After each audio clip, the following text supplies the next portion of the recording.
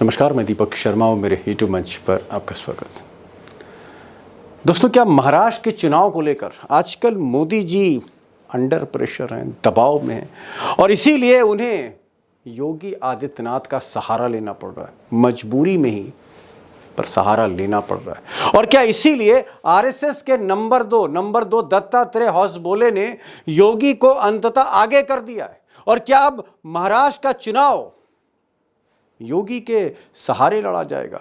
BJP की नाव अब योगी के सहारे पार होगी और आप कह सकते हैं कि क्या अब मोदी का हथियार योगी है? बटेंगे तो कटेंगे। खास बात यह है कि इन होर्डिंग्स पर योगी की तस्वीर के साथ एक स्लोगन लिखा हुआ है जिसमें लिखा है बटेंगे तो कटेंगे। बटेंगे तो कटेंगे ये कोई आज की बात नहीं है। ये 1925 से लगातार राष्ट्रीय स्वयंसेवक संघ बटने के खिलाफ है। अगर पिछड़ा भेद से हम करेंगे तो हम कटेंगे।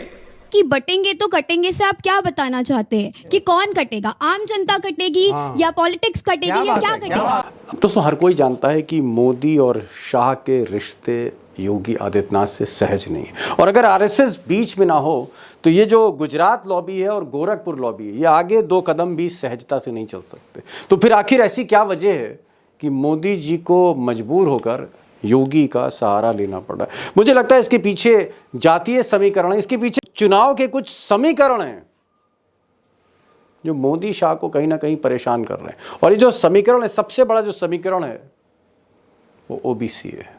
OBC vote bank. OBC vote bank कहीं ना कहीं मोदी और शाह को आप कह सकते हैं सोने नहीं दे रहा आजकल। उसकी वजह सिर्फ राहुल गांधी नहीं है, राहुल गांधी का संविधान नहीं, बल्कि उसकी वजह यह है कि ओबीसी कहीं ना कहीं उद्धव ठाकरे की वजह से जो एक इंक्लूसिव पॉलिटिक्स हिंदू की करते हैं, ओबीसी में दरारें पड़ रही हैं। और ये दरारें आज नहीं पड़ी हैं, ये दरारें 4 जून के नतीजे में दिखी थी जब बीजेपी सिंगल डिजिट पे आ गई थी। जी हाँ, 9 सीटें जब बीजेपी को मिली थी, सबसे कम पिछले कुछ बरसों के चुनाव में। ये दरारें तब दिख रही थी कि ओबीसी, दलित और हिंदू का एक बहुत बड़ा चंक जो बीजेपी को जाता था उसको उद्धव ठाकरे खींच कर ले गए। उधर मुस्लिम और दलित राहुल गांधी के संविधान को लिया है और मराठा को शरद पवार ले गए। इस समीकरण में फंसे जहां पर सबसे डिसाइसिव, मराठा आंदोलन से भी ज़्यादा डिसाइसिव ओबीसी वोट है। मुझे लगता है कि ठाकरे, शरद पवार, मोदी, अमित शाह, इन सबको समझने से पहले ज़रा एक बार आंकड़े तो जान लें कि आंकड़े क्या कह रहे हैं। अगर आप ओबीसी का आंकड़ा देखें, मैं यहाँ पर दलित या मुस्लिम्स की बात नहीं कर रहा हूँ, सिर्फ ओबीसी की बात कर रहा हूँ। अलग अलग रिपोर्ट्स हैं, डिफरेंट रिपोर्ट्स हैं। अगर आप मंडल कमीशन का अगर रिपोर्ट देखेंगे तो 33.8% ओबीसी पॉपुलेशन है। कुछ रिपोर्ट्स का कहना है 34% है और जो महाराष्ट्र का जो पैनल है उसका कहना है कि 38% है। अब मान लीजिए 33.8 हैं या 34 हैं, 38 हैं, लेकिन हाँ 33% से ऊपर ओबीसी। और ओबीसी पर सबसे ज़्यादा जो डेंट दिया है बीजेपी के ओबीसी ने, जो ओबीसी बीजेपी की तरफ जा रहा था, चाहे वो 2014 हो या 2019 हो, कुछ हद तक 24 भी, वो उद्धव ठाकरे की तरफ शिफ्ट हो रहा है, महाविकास अघाड़ी की तरफ शिफ्ट हो रहा है। और इसमें एक बड़ी भूमिका राहुल गांधी की है, जो उन्होंने संविधान की बात करी। संविधान का इम्पैक्ट सिर्फ यूपी में ही नहीं था, रिजर्वेशन का इम्पैक्ट सिर्फ यूपी में ही नहीं था, पीडीए का इम्पैक्ट जो आपने देखा अखिलेश और राहुल की जोड़ी का, उसका इम्पैक्ट महाराष्ट्र में भी था। तो राहुल गांधी का संविधान और उद्धव ठाकरे की मशाल और पीछे से शरद पवार, छत्रप लीडर, चाणक्य असली, इन सब के कॉम्बिनेशंस की वजह से बीजेपी के ओबीसी बैंक पर, वोट बैंक पर एक बहुत बड़ा डेंट लगा और इस डेंट से परेशान है। अगर ये डेंट जितना 2024 के लोकसभा में लगा, अगर उतना ही डेंट ये विधानसभा में लग गया तो भैंस पानी में गई मोदी और शाह की। अब दोस्तों, जैसे जंगल में बाढ़ आती है, संकट आता है, तो सारे जानवर एक ही स्थान पर आ जाते हैं, वो चाहे शेर हो, बकरी हो, गाय हो। और इसी तरह का संकट इस वक्त महाराष्ट्र को लेकर बीजेपी में है, महायुति में है, एनडीए में है। और कहीं ना कहीं पुराने गिले शिकवे मिटाकर, खत्म करके, भूल कर, वो चाहे दत्तात्रेय होसबोले हों, मोहन भागवत हों, योगी आदित्यनाथ हों, नरेंद्र मोदी हों, अमित शाह हों, एकनाथ शिंदे हों, अजीत पवार हों, सब एक जगह आ गए, देवेंद्र फडणवीस। और इसीलिए रातों रात ये डिसाइड किया नरेंद्र मोदी के दफ्तर ने, अमित शाह के दफ्तर ने डिसाइड किया कि कहीं ना कहीं योगी आदित्यनाथ को अब आगे करना होगा। अगर इस ओबीसी के डेंट को बचाना है, अगर इस वोट बैंक को बचाना है, तो योगी को आगे करो। बटेंगे तो कटेंगे, इसको आप आगे करिए। और तब रातों रात मुंबई को पोस्टरों से बांट दिया। बटेंगे तो कटेंगे पोस्टर हर जगह, मुंबई में, महाराष्ट्र में, कस्बों में। यहां तक कि ये पोस्टर सिर्फ मुंबई में नहीं है, महाराष्ट्र में ही नहीं है, ये झारखंड भी पोस्टर पहुंच चुके हैं। बटेंगे तो कटेंगे। और ज्यादा से ज्यादा अब योगी को प्रोजेक्ट किया जाएगा, जो एक उपचुनाव का सामना भी कर रहे हैं उत्तर प्रदेश में, बड़ा उपचुनाव है 9 सीटों का। तो आरएसएस हो, बीजेपी हो, प्राइम मिनिस्टर ऑफिस हो, होम मिनिस्टर ऑफिस हो, महाराष्ट्र बीजेपी हो, नड्डा का दफ्तर हो या योगी जी का दफ्तर हो, सब एक दिशा में आगे चल रहे हैं। बटेंगे तो कटेंगे। अब अगर साफ शब्दों में कहूं दोस्तों कि बटेंगे तो कटेंगे, इसका मतलब क्या है, तो मुझे लगता है इसका मतलब तो वो जो छोटी नन्ही बेटी थी जिसने आज तक पे जो बात कर रही थी, उसी ने बता दिया था कि इससे आप क्या जनता को काट रहे हैं या राजनीति को काट रहे हैं। कि बटेंगे तो कटेंगे से आप क्या बताना चाहते हैं कि कौन कटेगा? आम जनता कटेगी या पॉलिटिक्स कटेगी या क्या कटेगा? अब दोस्तों अगर थोड़ी क्लैरिटी लाने की कोशिश करूं तो बटेंगे तो कटेंगे का जो मकसद है, जो उद्देश्य है, वो यही है कि योगी जी जाकर बोलेंगे सभाओं में कि भाई हिंदुओं को बटना नहीं, अगर बटेंगे तो कटेंगे आप। यानी कहीं ना कहीं खौफ दिखाना है, मुसलमानों का खौफ दिखाना है, डराना है और उनको याद दिलाना है कि बांग्लादेश जैसी स्थिति होगी आपकी अगर आप बट गए। तो आपको यूनाइट रहना है, आपको ओबीसी नहीं रहना है, आपको दलित नहीं रहना है, आपको इस जाति का नहीं रहना है, उस जाति का नहीं रहना है, जात पात पे नहीं चलना है। आपको एक हिंदू सॉलिडेरिटी, हिंदू एकता आपके अंदर होनी चाहिए। जिस तरह से संकट में सारे जानवर एक हो जाते हैं, आपको भी एक होना है। भले ही आप इंसान हैं, आपको एक होना है। ये एक तरह का एक मैसेज देने की कोशिश है। मैंने थोड़ी क्लैरिटी करी, मैं चाहता हूँ इस पर ज़्यादा क्लैरिटी होनी चाहिए। रियल मोटिव क्या है, रियल मोटिव क्या है। और आज कई खास मेहमान हैं। आज प्रोफेसर रविकांत, जो आज उत्तर प्रदेश, पश्चिम उत्तर प्रदेश बिजनौर में थे, उनको मैंने कहा आप लाइव में आइए, क्योंकि ये जो आप कह सकते हैं जो सब्जेक्ट है, इस पर मास्टरी प्रोफेसर रविकांत की है। बटेंगे तो कटेंगे। आज मैंने कुर्बान अली साहब, ब्रिटिश ब्रॉडकास्टिंग कॉरपोरेशन बीबीसी के आप कह सकते हैं एक वरिष्ठ पत्रकार रहे, मैंने उनको न्योता दिया, आप आइए आज स्पष्टता से अपनी बात को सामने रखिए। विवेक देश पांडे जो आरएसएस के मुख्यालय नागपुर, वहाँ पर बरसों से पत्रकारिता कर रहे हैं, मैंने उनको भी आज इनवाइट किया है। वो भी बहुत कुछ समझाएंगे कि क्या योगी का ये जो मंत्र है ये कारगर हो सकता है। क्या महाराष्ट्र में बटेंगे तो कटेंगे, ये जो जादू है योगी का जो चलाना चाह रहे हैं, क्या ये जादू चलेगा? क्या वो नाव पार करा देंगे बटेंगे तो कटेंगे के सहारे, या इस नाव को महाविकास अघाड़ी पलट सकती है? ये मैं विवेक देश पांडे से पूछूंगा। और एक overall 360 degree view Umakant Lakhera साहब से लेंगे कि उनका क्या मानना है, क्या होने जा रहा है। बटेंगे तो कटेंगे, आइए गहराई से जानते हैं। नहीं डॉक्टर साहब, जरा खुलकर बात हो जाए, खुला खेल फरुखाबादी टाइप। क्या अखिलेश का ये जो पीडीए का नारा है और जिस तरह से उत्तर प्रदेश के नतीजे आए कि समाजवादी पार्टी नंबर 1 पार्टी हो गई, जो पिछड़े हैं यानी जो ओबीसी है, ईबीसी है, दलित है, महादलित हैं, क्या संविधान को लेकर जो आशंकाएं हैं, ये पूरा का पूरा जो ताना बाना है हिंदू समाज का, इसका एक बहुत बड़ा तबका बीजेपी के फोल्ड से निकलकर अखिलेश यादव की तरफ, कांग्रेस की तरफ चला गया है और इसकी काट में चाकू की धार तेज कर रहे हैं योगी जी। बटेंगे तो कटेंगे। दीपक जी, ये अखिलेश यादव की तरफ गया है मैं ये नहीं कहूंगा, मैं ये कहूंगा कि ये बीजेपी के खिलाफ गया है।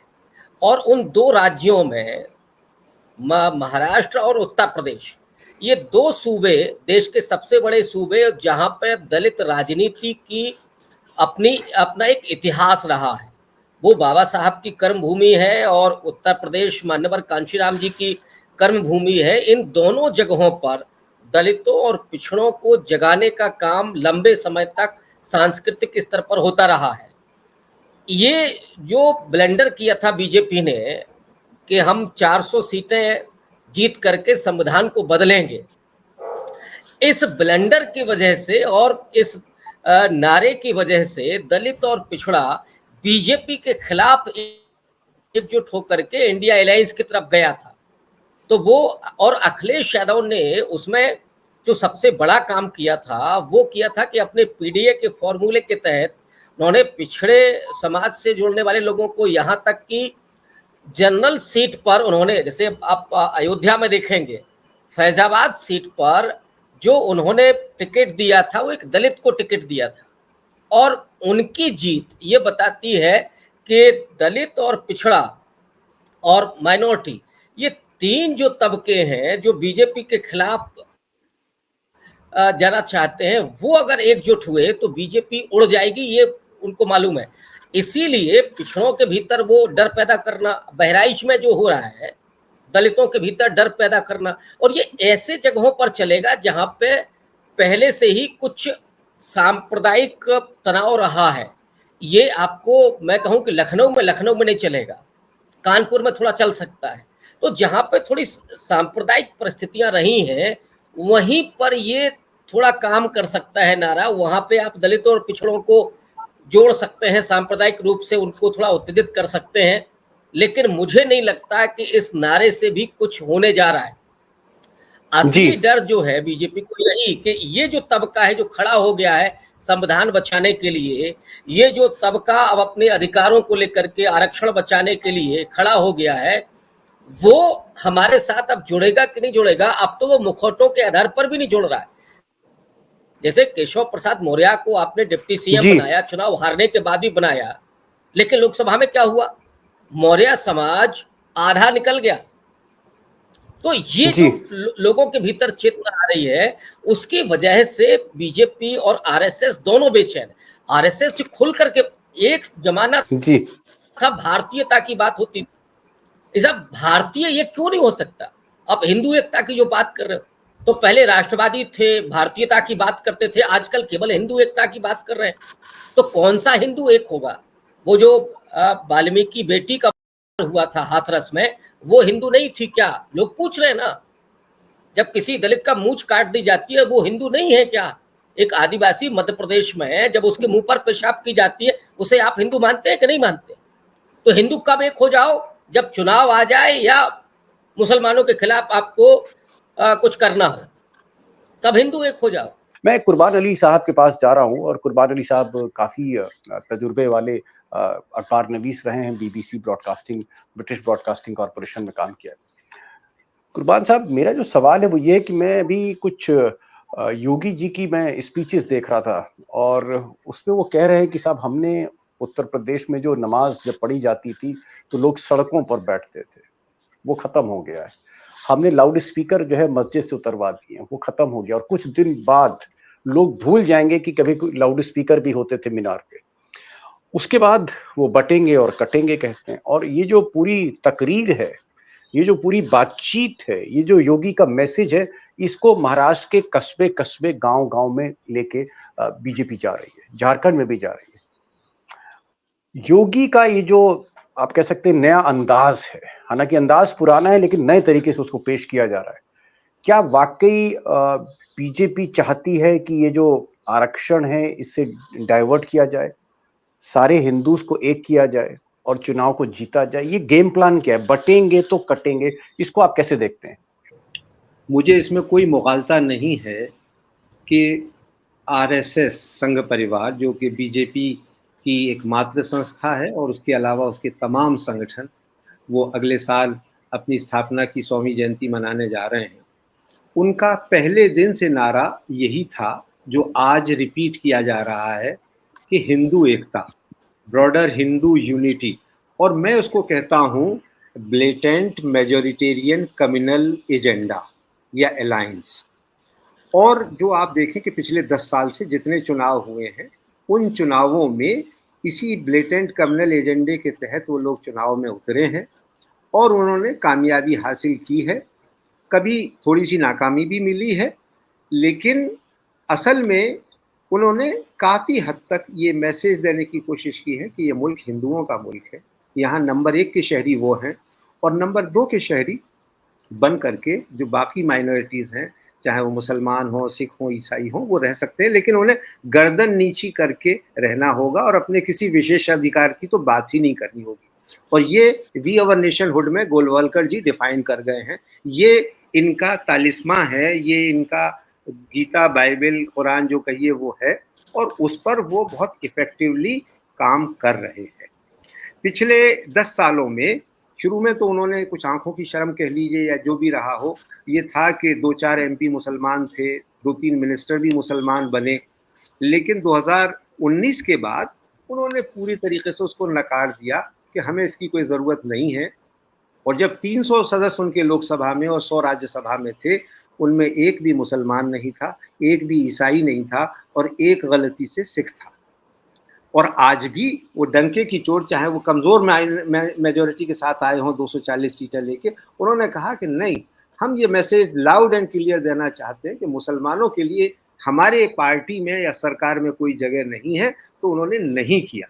अब चाहे लोग इसके किस तरह से इंटरप्रिटेशन करें कि साहब ये गठबंधन की कमज़ोर सरकार है, नीतीश का दबाव है, चंद्रबाबू नायडू का दबाव है, ये है वो है, लेकिन पिछले 6 महीने में भी उन्होंने अपनी कारकर्दगी से ये साबित किया कि वो अपना यही ब्लेटेंट हिंदू एजेंडा, जो कि मेजॉरिटेरियन कम्युनल एजेंडा है, चलाएंगे। और जो मोदी की बात योगी की बात आपने कही, उस बात को अभी मोदी साहब ने 5 अक्टूबर को महाराष्ट्र में अपनी एक चुनावी सभा में कहा है और कल ये जो होश बोले साहब है, इन्होंने जो RSS की मीटिंग मथुरा में हुई उसके बाद जो ब्रीफिंग की है, उसमें भी उन्होंने लाउड एंड क्लियर इस बात को कह दिया है। अच्छा, अब एक बात और मैं यहाँ आप इसमें बताना चाहूँगा और जोड़ना चाहूँगा, वो ये कि 2017 का जब इलेक्शन हुआ था, उस वक्त श्री अमित शाह उत्तर प्रदेश के प्रभारी थे। उन्होंने मेरठ में एक क्लोज डोर मीटिंग की RSS वर्कर्स की और उसमें उन्होंने कहा कि देखिए, उत्तर प्रदेश में 20% मुसलमान हैं, वो हमको वोट नहीं देता, हमें उसके वोट की ज़रूरत भी नहीं है, बाकी 80% में से अगर 40% हम हासिल कर लेंगे तो हमारी सरकार बन जाएगी। और फिर कैसे बनी?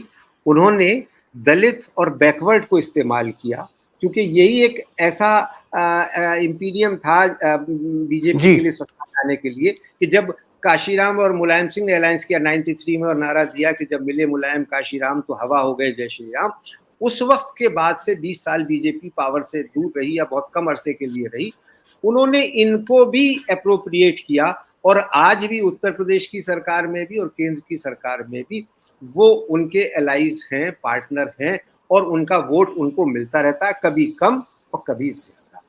कभी पश्चिमी उत्तर प्रदेश में ज्यादा मिलता है, पूर्वी उत्तर प्रदेश में कम मिलता है, लेकिन वो उनका एजेंडा चल रहा है। आखिरी बात मैं यही कहूँगा कि इसके अलावा उनके पास कोई एजेंडा नहीं है कि वो ब्रॉडर हिंदू यूनिटी की बात करें और हिंदू वोट बैंक के बेसिस पर वो सरकार का गठन करें। उन्होंने कई राज्यों में इस तरह से करके दिखाया है, केंद्र में भी करके दिखाया है, आइंदा भी करेंगे। मुझे इसमें कोई मुगालता नहीं। मैं जरा एक छोटा सा सवाल मैं पहले जरा प्रोफेसर साहब से पूछूंगा। प्रोफेसर साहब, कुर्बान साहब ने एक बात बड़ी कह दी। उन्होंने कहा कि जब काशीराम और मुलायम एक साथ थे, 20 बरस तक उत्तर प्रदेश में बीजेपी सत्ता से, सरकार से दूर रही। तो क्या मैं आपसे एक सवाल कर सकता हूं कि मायावती अगर मजबूत होती, अमित शाह के आगे सरेंडर नहीं करती, दलित जो है वो बंटता नहीं, कटता नहीं, तो क्या आज बीजेपी दूसरी बार, तीसरी बार जो सरकार बनाने जा रही है उत्तर प्रदेश में, क्या बीजेपी की सरकार नहीं बनती? क्या मायावती का फेलियर था एंड बिकॉज ऑफ बहन जी बीजेपी सत्ता में आई है? छोटा सा जवाब, बहुत मुख्तसर था। डेफिनेटली दीपक जी, 100%। हम लोग लोकसभा चुनाव के पहले जो बात कर रहे थे और जो मुझे सूचनाएं मिल रही थी, उसमें यह था कि मायावती इंडिया अलायंस के साथ जा सकती हैं और अगर वो इंडिया अलायंस के साथ आ जाती तो आज नरेंद्र मोदी तीसरी बार सत्ता में नहीं होते। और दूसरा, दलित वोट की जो एकजुटता की बात है, वो या तो मायावती फ्रंट फुट पर खेलें तो वो आ सकता है, या फिर वो कांग्रेस के साथ जा सकता है। जैसे मायावती अब केवल जाटव वोट तक सिमट करके रह गई हैं।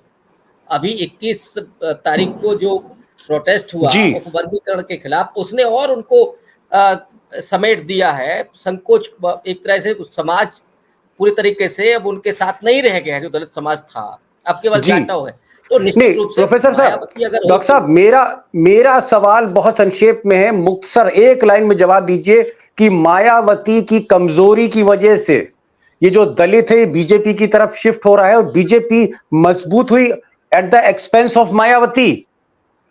निश्चित रूप से, और उसमें भी जो नॉन जाटव दलित है वो शिफ्ट कर गया बीजेपी की तरफ, क्योंकि मायावती की जो राजनीति है वो जो कमजोर हुई और उन्होंने दूसरे और जातियों को उस तरह से अपने साथ जोड़ने में वो नाकामयाब साबित हुई, इसलिए बीजेपी मजबूत हुई। और आज अगर मैं ये कहूं कि उत्तर प्रदेश में बीजेपी अगर मजबूत हुई है तो उसमें 50% बड़ी जिम्मेदारी मायावती की है, इसमें कोई दो राय नहीं।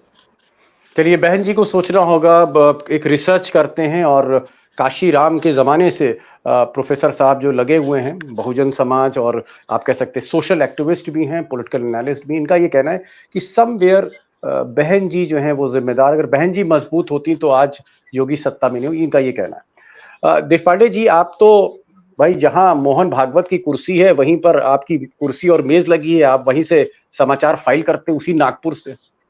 मैं ये जानना चाह रहा हूं और मैं चाहता हूं कि आपका सवाल बड़ा सहज जवाब हो, महाराष्ट्र के माइक्रो लेवल पे मैं नहीं जाना चाहता। हमारे दोस्त बहुत से महाराष्ट्र के बाहर भी प्रोग्राम देख रहे हैं।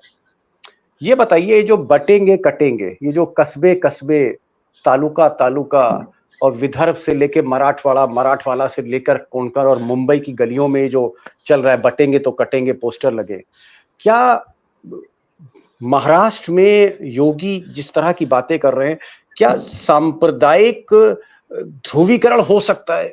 क्या महाराष्ट्र में हिंदू मुस्लिम कर बीजेपी जीत सकती है? विवेक जी, महाराष्ट्र में जो स्थिति है आज, उसकी पृष्ठभूमि हमें देखनी पड़ेगी। पृष्ठभूमि ये है कि महाराष्ट्र में महाविकास आघाड़ी जो है उसको लोकसभा चुनाव के बाद महायुति के ऊपर एक थोड़ा सा एज है, मैं बहुत ज्यादा एज है ऐसा नहीं कहता। अभी जब सामाजिक न्याय का मुद्दा राहुल गांधी ने उठाया तो उसमें ओबीसी, मराठा और सारे एक तरफ, और जो तथाकथित अपर कास्ट है वो एक तरफ, इस तरह की स्थिति बनने का एक डर बीजेपी को जो है वो लगा हुआ है। और उसके चलते किसी भी तरीके से अब मराठा तो जरंगे पाटिल के एजिटेशन की वजह से उनसे दूर हो गया है, अब ओबीसी को किसी भी तरह से अपनी तरफ अगर रखना है तो उसमें माइक्रो मैनेजमेंट करना होगा। जो ओबीसी की कास्ट, इसलिए तो सारे 7-8 कास्ट उन्होंने ओबीसी के लिस्ट में ऐड किए हैं। ऊपर से उन्होंने क्रीमी लेयर जो ओबीसी का है उसका एनुअल इनकम का जो लिमिट है वो 8 लाख से 16 लाख कर दिया है। बहुत सारी चीजें वो कर रहे हैं, वो इसलिए कि एक तरीके से मतलब एक तरफ से सरकारी योजनाओं के थ्रू ओबीसी को अपने तरफ कराना, और उसकी अगर कोई गारंटी नहीं है, उससे अगर काम नहीं बनता है, तो दूसरी तरफ से एक एडिशनल सपोर्ट जो है वो इस तरह की एक कम्युनल राजनीति के साथ भी उसको एक सपोर्ट देना। तो दोनों तरफ से वो कोशिश कर रहे हैं कि ओबीसी जो है वो हिंदू फोल्ड में बने रहे, हिंदुत्व के नाम पर और सरकारी योजनाओं का फायदा लेते हुए वो बीजेपी के साथ जुड़े रहे, ये कोशिश है।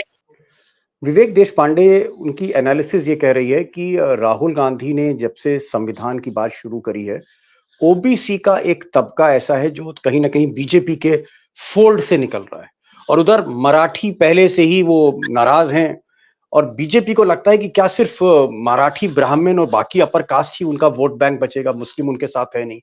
इस वजह से योगी को एक स्पेस दी जा रही है कि किसी तरह से ओबीसी को वापस लाओ, ओबीसी को वापस लाओ, दलित भी कुछ मिल जाए और हो सकता है मराठा भी इसमें से आए। इसका मतलब योगी को एक स्पेस दी जा रही। उमाकांत जी, योगी क्या बाउंस बैक कर गए? योगी अभी हाशिए पर थे, रोज हमें लखनऊ से समाचार आ रहे थे कि योगी को अब हटाया जाएगा, अब वहां केशव प्रसाद मौर्य आ जाएंगे या कोई ब्रिजेश पाठक आ जाएगा या किसी और को ले आएंगे। ये जो नेतृत्व परिवर्तन, लीडरशिप चेंज की बात चल रही थी, अमित शाह वर्सेस योगी आदित्यनाथ कभी कहा जा रहा था, कभी Gujarat lobby versus Gorakhpur lobby की बात हो रही थी। क्या योगी आदित्यनाथ फिर से बाउंस बैक कर गए? और जिस तरह से आरएसएस ने योगी के बयान पर मोहर लगा दी है, क्या योगी का कद एक बार फिर से बढ़ता हुआ आपको दिख रहा है बीजेपी में? भारतीय जनता पार्टी और आरएसएस का इंटरनल टैक्टिस है, उसको उसमें तो बहुत खोल है, बहुत झोल है। हमें ये देखना होगा कि महाराष्ट्र और झारखंड को जीतने के लिए जो एक नए सिरे से जो माइक पकड़ा गया है, वो माइक गुजरात लॉबी से लेकर के गोरखपुर लॉबी योगी आदित्यनाथ को माइक पकड़ा गया है। तो वो कभी-कभी आपको करेक्टर को थोड़ा सा चेंज करना पड़ता है। वही करेक्टर, वही बातें, वही सब चीजें मन की बात होती रहेंगी तो जनता का मनोरंजन कैसे होगा? तो वो माइक इस बार जो है महाराष्ट्र और झारखंड चुनाव के लिए योगी आदित्यनाथ को पकड़ाया गया है। और वो चूंकि बीच में उनके साथ बड़े ये पता लगा कि आरएसएस के ने इस बीच लोकसभा चुनाव के दौरान और उसके बाद योगी आदित्यनाथ से अपना दोस्ताना कुछ ज्यादा मजबूत इंटरेक्शन ज्यादा मजबूत किया है, क्योंकि आरएसएस इधर नरेंद्र मोदी और अमित शाह से ज्यादा इंटरेक्शन नहीं करता, या उनका इंटरेक्शन बहुत लिमिटेड हो गया है। जहां तक बात है ये जो चीजें हो रही हैं, ये जो घटनाक्रम हो रहे हैं, जो बयानबाजी हो रही है कटेंगे बटेंगे वाली, तो ये जो चीजें हो रही है, ये महाराष्ट्र और झारखंड, ये दोनों इसके इस समय बैटल फील्ड हैं। मुझे 1941 में जो रूस और जर्मनी की फौजों में जो जंग हुई थी, तो पहले तो वो सीमाओं में घुसे थे, शहर कब्जे किए थे, शहर के बाद वो गांव में घुसे थे, उसके बाद गलियों में।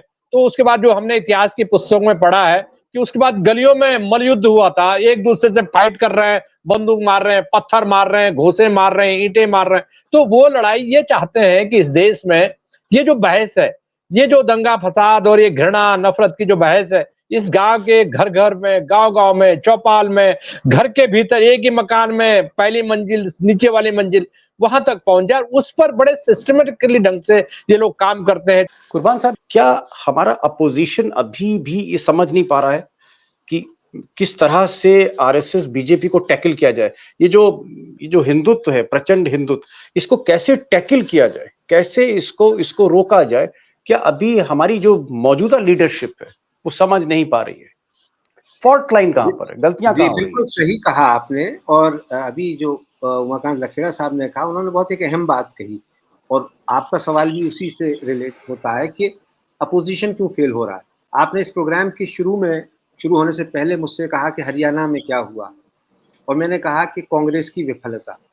अब कांग्रेस जो है वो बाकी जगह तो गठबंधन चाहती है, और जहां खुद कहीं मजबूत स्थिति में है तो वहां किसी सहयोगी को एक दो भी सीट नहीं देना चाहती। ये राजस्थान में हुआ, ये मध्य प्रदेश में हुआ, ये हरियाणा में हुआ। अब आप ये देखिए कि अगर आप इस स्ट्रेटजी को नहीं समझेंगे तो जाहिर है कि हिंदुत्ववादी जो शक्तियां हैं वो तो कामयाब होंगी ही।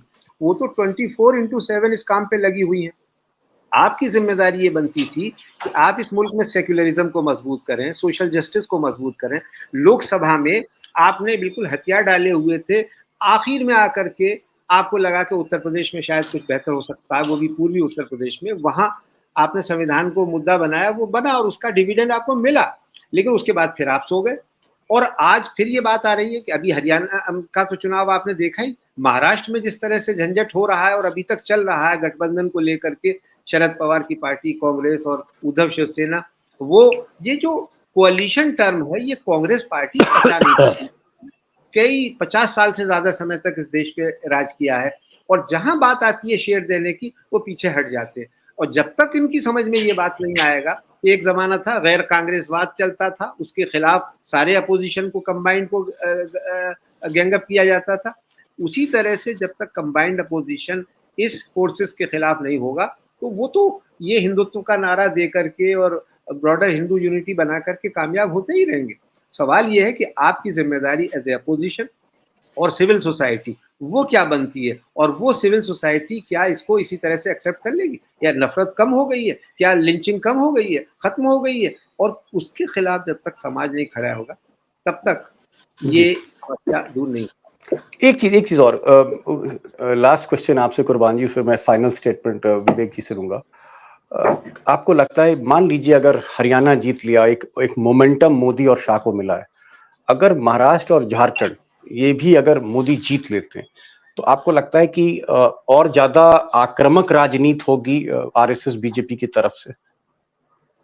देखिए, आक्रामक होगी कि नहीं होगी मैं नहीं जानता। लोकसभा इलेक्शन के बाद भी ये कहा गया कि ये बहुत थिन मेजोरिटी से आए हैं, अब इनकी वो अकड़ फू नहीं रहेगी, अब वो ऐसे काम नहीं करेंगे। लेकिन उन्होंने हर चीज अपनी एलआई से मनवाई, चाहे वो लोकसभा स्पीकर की पोस्ट हो या कैबिनेट कमेटी ऑन सिक्योरिटी का मामला हो, मंत्रिमंडल में किसी को जगह देने की बात हो, उन्होंने हर आदमी को, हर सहयोगी को हैसियत में रखा। और जो पुराने उनके सबसे सहयोगी थे, भरोसेमंद अकाली दल और शिवसेना, उनको भी बाहर करने में 1 मिनट नहीं किया। तो ये हमें अपने आप को मुगालते में नहीं रखना चाहिए कि वो आक्रामक हो जाएंगे। वो आक्रामक नहीं होंगे। उनका एजेंडा जो चल रहा है इस मुल्क में, सबसे बड़ी कामयाबी नरेंद्र मोदी और संघ परिवार की ये है कि वो ये नैरेटिव देने में कामयाब हो गए कि ये मुल्क हिंदुओं का मुल्क है और मेजोरिटी की अनुकंपा पर ही माइनॉरिटीज या बाकी लोग रह सकते हैं। एक कुछ सवाल रह गया कुर्बान साहब जी, महाराष्ट्र और झारखंड जीतने के बाद, और मान लीजिए बिहार भी जीत जाते हैं और दिल्ली भी जीत जाते हैं, फिर क्या होगा मोदी शाह का? ये तो बता दीजिए, 1 लाइन 2 लाइन। देखिए, ऐसा है, मैं कोई भविष्यवक्ता नहीं हूँ दीपक जी। क्या नहीं नहीं, होगा, मैं एक पॉलिटिकल माइंड के तौर पे, अगर ये स्थिति है, ये देखिए, वो तकरीबन हार गए लोकसभा चुनाव, तकरीबन। उसके बावजूद उनके हौसले में आपको कहीं किसी तरह से कोई कमी नजर आई? कुछ इंडिकेटर होते हैं ना कि साहब ये कमजोर हुए, 300 से 240 पे आ गए, तो इनके अंदर ये तब्दीली आई। इन्होंने जो सबका समाज, सबका साथ देने की बात की थी, क्या उसको इम्प्लीमेंट किया? क्या इन्होंने अपना कम्युनल एजेंडा बैक बर्नर पे रख दिया, जैसे वाजपेयी जी ने 6 साल रखा था जब एनडीए की सरकार चलाई थी? कोई तब्दीली नहीं है कहीं किसी लेवल पे। और अगर किसी साहब को है तो मैं कहूंगा कि ये गलतफहमी, उनको मुबारक हो, मुझे कम से कम ये नहीं है। उनका एजेंडा बहुत क्लियर है। अब अगले साल जनवरी में कुंभ हो रहा है और कुंभ में ये मैसेज देने की कोशिश की जाएगी कि 100वें साल में संघ के हम कैसे ब्रॉडर हिंदू यूनिटी करें। और वही नारा इसलिए दिया, इसी की वजह से आज आप इस पे चर्चा कर रहे हैं। इसमें कहीं मुझे कोई मुगालता नहीं। चलिए, कुर्बान साहब कह रहे हैं कि भाई इनको कोई मुगालता नहीं है, इनको कोई कंफ्यूजन नहीं है कि मोदी और अमित शाह या आरएसएस बैकफुट पर जाएंगे। फ्रंट फुट पे पहले भी खेल रहे थे, 300 पे भी फ्रंट फुट पे खेल रहे थे, 240 पे भी फ्रंट फुट पे खेल रहे हैं। महाराष्ट्र हारे जीते कोई असर नहीं, वो एक कॉन्फिडेंस के साथ आगे बढ़ रहे हैं, एक पर्टिकुलर अपना एक एजेंडा लेकर चल रहे हैं। विवेक जी, अब आप नागपुर से जुड़े हैं, महाराष्ट्र से जुड़े हैं, तो एक सवाल तो बड़ा लाजमी है और मुझे लगता है कि उसका जवाब जरूर लेना चाहिए, दोस्त भी जानना चाह रहे होंगे। सारी बातें हो गई बटेंगे कटेंगे, हालांकि हमने बातें क्यों कही, बटेंगे कटेंगे की बात इसलिए की कि भाई योगी की जरूरत महसूस की जा रही है कि ओबीसी को थोड़ा सा महाराष्ट्र में वापस लाए, क्योंकि मराठा नाराज है जारंगे के मूवमेंट की वजह से। तो ये बता दीजिए कि महाराष्ट्र में आज की तारीख में, टुडे, आज की तारीख में दिवाली से पहले एज किसको है? क्या महाविकास आघाड़ी आपको आगे लग रही है या बीजेपी तेजी से जंप कर रही है? क्या आपको लगता है एकनाथ शिंदे ठाकरे पे भारी पड़ रहे हैं या शरद पवार जो हैं उनका स्ट्राइक रेट बहुत अच्छा होगा? आज की तारीख में what is the assessment, your assessment आज की तारीख? दीपक जी, आज भी थोड़ा बहुत एज तो महाविकास आघाड़ी को ही है, क्योंकि 3 महीने पहले जो मोमेंटम बना था वो पूरी तरह से खत्म नहीं हुआ है, वो आज भी है। हालांकि ये बात सच है कि संविधान वाला जो मुद्दा है उसमें अभी वो स्ट्रेंथ, वो पावर नहीं रहा जो 3 महीने पहले था। तो इसलिए आइडियोलॉजिकली जो लोगों को मूव करने की बात है, लोगों के इमोशंस को टच करने की बात है, जो संविधान के मुद्दे से हुई थी, वो बात अभी किसी और आइडियोलॉजिकल मुद्दे से आपको करनी होगी। ये जो एक सेंस है, ये सेंस अभी महाविकास आघाड़ी में पूरी तरह से आया नहीं है। देखिए, अगर कोई सबसे महत्वपूर्ण फैक्टर किसी भी इलेक्शन में आज भारत में होता है वो है हिंदू वोट। हिंदू वोट जो आपसे खिसक गया है, आपसे दूर चला गया है, उसको अगर वापस आपको अपनी तरफ लाना है तो आपको, जो आपने सामाजिक न्याय का मुद्दा उठाया है वो सबसे अहम है। आप चाहे उसको मंडल 2 कह लीजिए, कुछ भी कह लीजिए। अगर बीजेपी एक इमेजिनरी लड़ाई मुसलमानों के साथ, माइनॉरिटी के साथ में खड़ी करती है और उसके बेसिस पे हिंदुओं का मोबिलाइजेशन करती है। जिस तरह की कोई लड़ाई अस्तित्व में है ही नहीं, इस तरह की कोई लड़ाई है ही नहीं, लेकिन उसको एक रियल लड़ाई मानते हुए, लोगों को मनवाते हुए कि इस तरह की लड़ाई हमको लड़ना है, ये लोगों के मन पे इस तरह का इंप्रेशन डालकर उन्होंने अगर एक आर्टिफिशियल हिंदू यूनिटी अचीव की है, क्रिटिकल मास अचीव किया है, जिससे वो चुनाव जीतने में सफल हो जाते हैं। तो अपोजिशन के पास में सामाजिक न्याय का जो मुद्दा है, उससे एक बड़ा क्रिटिकल मास जो उनसे छिटक गया था, उनसे दूर चला गया था, उसको वापस लाने की कवायद अपोजिशन को करनी चाहिए। उसके लिए एक आइडियोलॉजिकल नैरेटिव बहुत बड़ा बिल्ड करने की जरूरत है। संविधान का मुद्दा तो है ही, उसको आप आगे चलाइए, जो 3 महीने पहले आपने चलाया था वो तो है ही, लेकिन जो ओबीसी समाज आपसे दूर गया है, जो बीजेपी के साथ बड़े पैमाने पे जुड़ गया है, वो पूरे देश में जुड़ा है, उसको अगर आपको अपने साथ लेना है तो आपको एक बड़ा आइडियोलॉजिकल नैरेटिव खड़ा करना पड़ेगा, जो करते हुए महाविकास आघाड़ी नहीं दिखाई दे रही है। ओके।